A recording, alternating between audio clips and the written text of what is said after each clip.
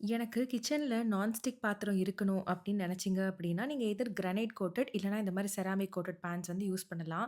நான் வந்து ஒண்ணு இந்த மாதிரி பேன் டைப் வாங்கியிருக்கேன். இன்னொன்னு வந்து இந்த மாதிரி குக்கிங் பாட் டைப் வாங்கியிருக்கேன். இதில லிட்ல பார்த்தீங்க அப்படின்னா, ஹீட் வந்து படாம இருக்கிறதுக்காக அந்த ஹேண்டில்ஸ் எல்லாமே குடுத்துருக்காங்க. ஸோ யூஸ் பண்ணும்போது நம்ம ரொம்ப கான்ஃபிடென்ட்டா புடிச்சு வந்து லிஃப்ட் பண்ணலாம். சுத்தமா ஹீட்டே வந்து புடிக்காது. அண்ட் வந்து கவர் பண்ணி வைக்கிறதுக்கு கிளாஸ் லிட்டோட வந்துரும். அண்ட் உள்ள பார்த்தீங்கன்னா, அவ்ளோ சாஃப்ட்டா, நீட்டா, கிளீனா செராமிக் கோட்டாகி இருக்கும்.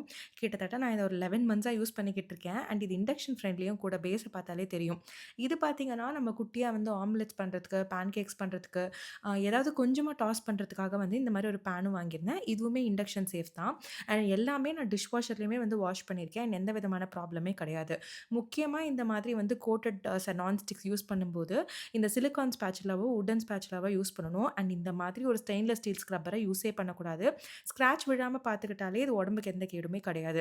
நான் யூஸ் பண்றது மேயர் பிராண்டோடது தான். அண்ட் இது கொஞ்சம் எக்ஸ்பென்சிவா இருந்தாலும் குவாலிட்டி வந்து செம சூப்பரா வந்து இருக்கு. ஏன்னா, நான் இத்தன நாள் யூஸ் பண்ணதுல இதுல கோட்டிங்கோ எதுவுமே வார்ன் ஆவல. இன் கேஸ் நீங்களும் இந்த மாதிரி உங்க கிச்சனுக்கு நான்ஸ்டிக் அப்கிரேட் பண்ணணும்னு நெனச்சீங்கன்னா, லிங்க்ன்னு கமெண்ட் பண்ணுங்க. நான் உங்களுக்கு அத வந்து ஷேர் பண்ணி விட்றேன்.